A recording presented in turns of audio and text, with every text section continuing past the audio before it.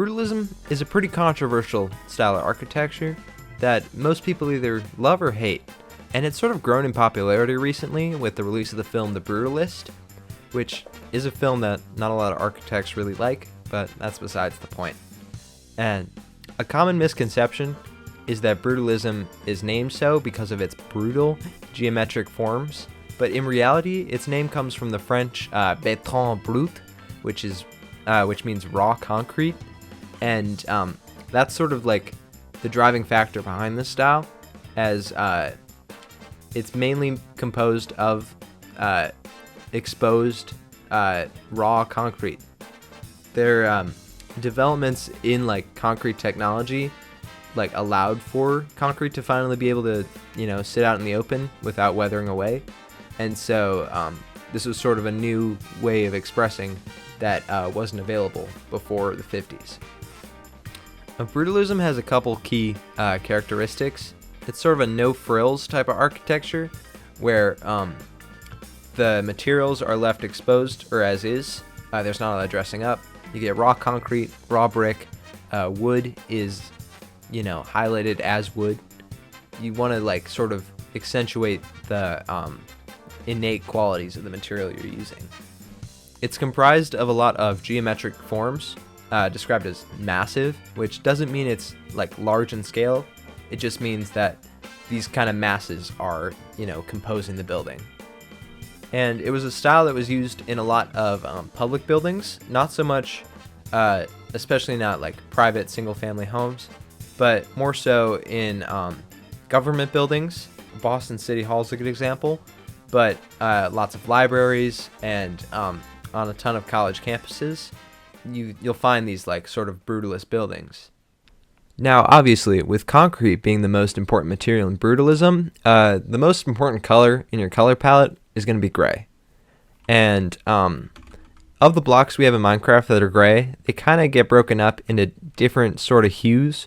So like these first set of blocks are kind of a little bit greeny, especially the tuff here. And this pale moss.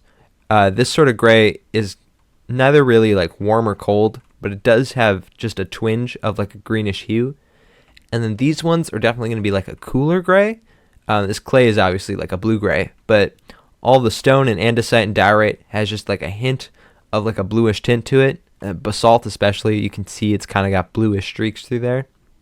And so these are going to be more of a cool gray.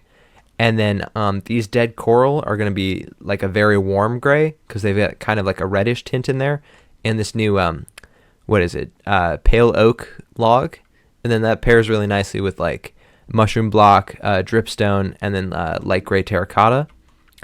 And another important material, brutalism, would be brick. So these colors will all contribute nicely to like that nice earthy tone brick.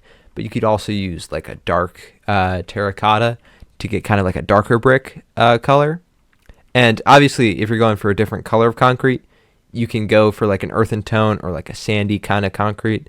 But if you want like a colder or just a grayer concrete, then these are going to be your best bet. And then there's also a lot of glass.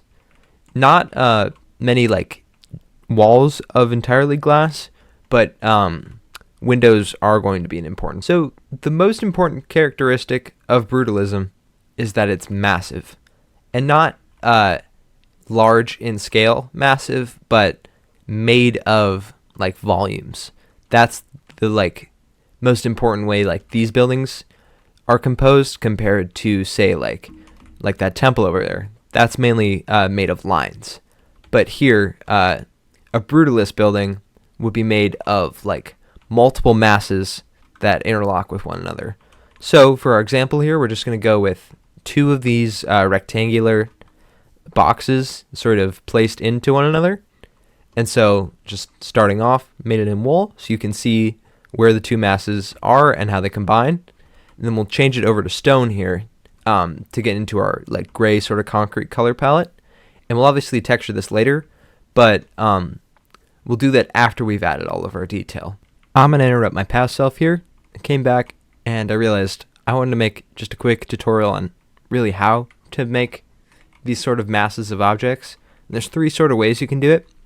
So the first is obviously just having your structure be one giant mass. So like the Hirshhorn Museum in Washington, D.C., which is one big donut. Your structure can just be, one solid mass or shape. And then the second way to do it would be an additive sort of method, similar to Boston City Hall, where you've kind of got these different blocks that you're kind of putting together. So we got 1, 2, 3 layers here. And then these sort of spaces are also added on. And when you're doing this, you kind of want to take into account like what sort of spaces are going to be in the interior of this. Maybe you've got like an office in here or some kind of meeting space that's jutting out. And so when you're doing an additive method, you really want to think about like what sort of activities are going to be going on in your structure, whether they're like Minecrafty, like your storage room and your enchanting table, or like some kind of invented role play sort of functions. Either way, thinking about what you want in your building ahead of time is a great way to like add purpose to the way you like throw these masses together. The final way is to like have one mass and then subtract from it. So here we've got like one solid tower, and then we've cut out corners or these sort of sections on either side. And common theme with all of these is that with brutalism and a lot of the more modern styles, you can have the bulk of your building be elevated above the ground because we've developed steel framing and column grids by now.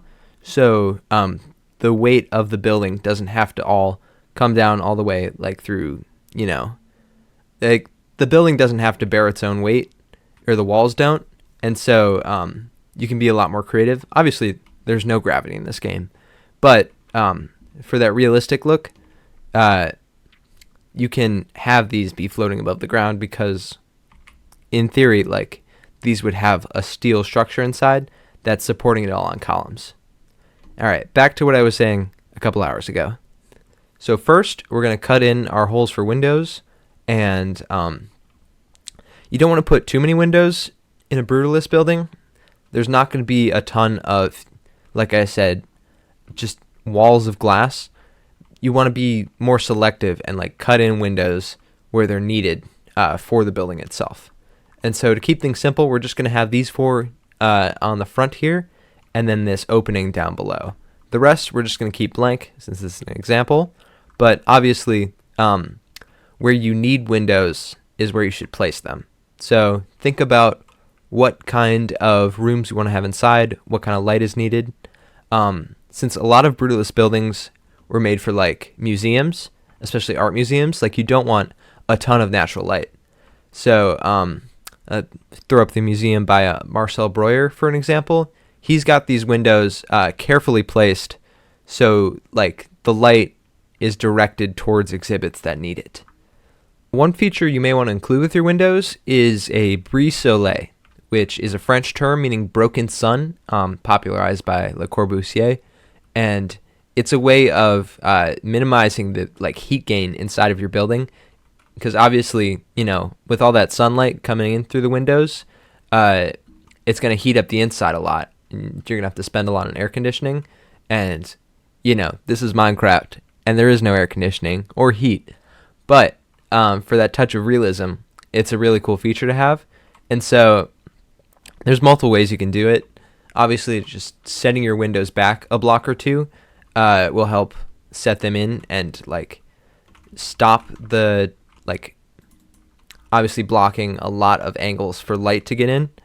And another way to do it is to have these vertical fins on a large window face. So if we go on the back here, we've got one giant window here, but then we break it up with all these trapdoors, or one large like overhead canopy over each window. And obviously in the real world, the sun moves overhead, and so depending on like which face of the building the window is on, it changes like which way you want these fins oriented. So if you're on the east or west side, where the sun rises and sets, you want these vertical ones. But if you're on the south side of a building in the northern hemisphere, the sun's going to be facing towards the south side basically all day. And so you want this vertical one to shade while it's overhead. And then on the north side of a building, which in my case is actually here, but this is just an example, so we're not going to worry about where the real sun is. But on the north side, you barely get any sun if you're in the northern hemisphere, because I'll put up a diagram, but the sun is going to be angled coming in from the south, and so the north side of any building rarely gets as much sun. And obviously, if you're in the southern hemisphere, this is reversed. So the north side would get all the sun, and the south side wouldn't. So this brings us to our completed textured example here. And with our texturing, we want to sort of imply that this building has been water damaged a little bit. So we want to darken the sort of overhangs and the top of our building here. So every ledge has kind of got some sort of streaks heading down. We can get that tuff, and then it goes into cobblestone, and then stone, and then andesite to get that kind of gradient going. Now, depending on like the climate your building is in, that could change what sort of color you want to use or how much water damage you want to put. If you're in like a climate that's close to the ocean, you're going to get a little bit more water damage with that sort of salty sea air. And so like that could just be like a darker gray or sort of a greeny kind of moss color, which I'm sort of getting at here with the tuff, but not really. Or you do kind of like browner streaks as like the rebar that's inside of this concrete holding it together starts to rust a little bit. That rust color could also show up on here. So yeah, everywhere where we've got a ledge, we start to get these kind of streaks going down. You want to keep these pretty thin. And obviously, like the further back you get, the more convincing the illusion looks. Another feature we have is this sort of concrete waffle ceiling here, which allows for strong structure without using as much material. And the way we've done this is made a reverse version over here. Rows of solid blocks, and then stairs facing each other, and then a slab, stairs facing each other, slab. So we get this kind of repeating pattern where there's like a block wide gap every half a block. I'll go back over here so you can see it. So we've got stairs, slab, and then alternating this pattern and then a full block. One trick for the doorway here, made out of glass panes, and since we have an odd number, which I generally like to go for, to get this sort of double door, there's no pane in the middle, and then one pane out for here, and then an iron bar to be kind of the handle. I'm using a texture pack here. And then, so we fit a double door into a 3-block wide space. And one last feature that I've added on this building is the green roof here. So we've got a base of coarse dirt, podzol, and moss, and then covered that in ferns and short grass. And this is a feature a lot of real buildings have, but this sort of like eco-brutalism, where you obviously take it a step further than this. You have it sort of be overgrown. It works really well. It's sort of the contrast between like the natural foliage here and then these like harsh geometric shapes. It's a style that looks really, really nice. And no video on brutalism would be complete without my long lost love, Cley Tower, on the University of Cincinnati campus. And this guy is one of the largest uninterrupted concrete pours in the world. So they had a mold and slowly brought it up as the concrete was hardening. So this whole thing in real life, throw up a picture here, is one solid block of concrete. And you can see it's kind of the same shape repeated in a cross pattern. Not the most beautiful building in the world. I think it was voted like ugliest college campus building at least a couple times. And it's kind of got a cult following here on campus. It's supposed to get torn down soon. They're saying 2026, but it's been marked for demolition for who knows how many, like 20, 30 years, because obviously being one solid, pour of concrete, this thing is really, really heavy, and it's currently sinking into the ground and leaning over. So better safe than sorry in tearing it down, but it's also really, really difficult to kind of tear it down, which is a shame because as ugly as it is, it's kind of iconic, and so I wanted to immortalize it here. All right, that's it for this quick look at brutalism in Minecraft. Please drop a like and subscribe if you're interested in architecture or Minecraft and you'd like to see more videos like this one. Let me know in the comments if there are any other styles that you'd like to see, and that'll do it. See you next time, guys.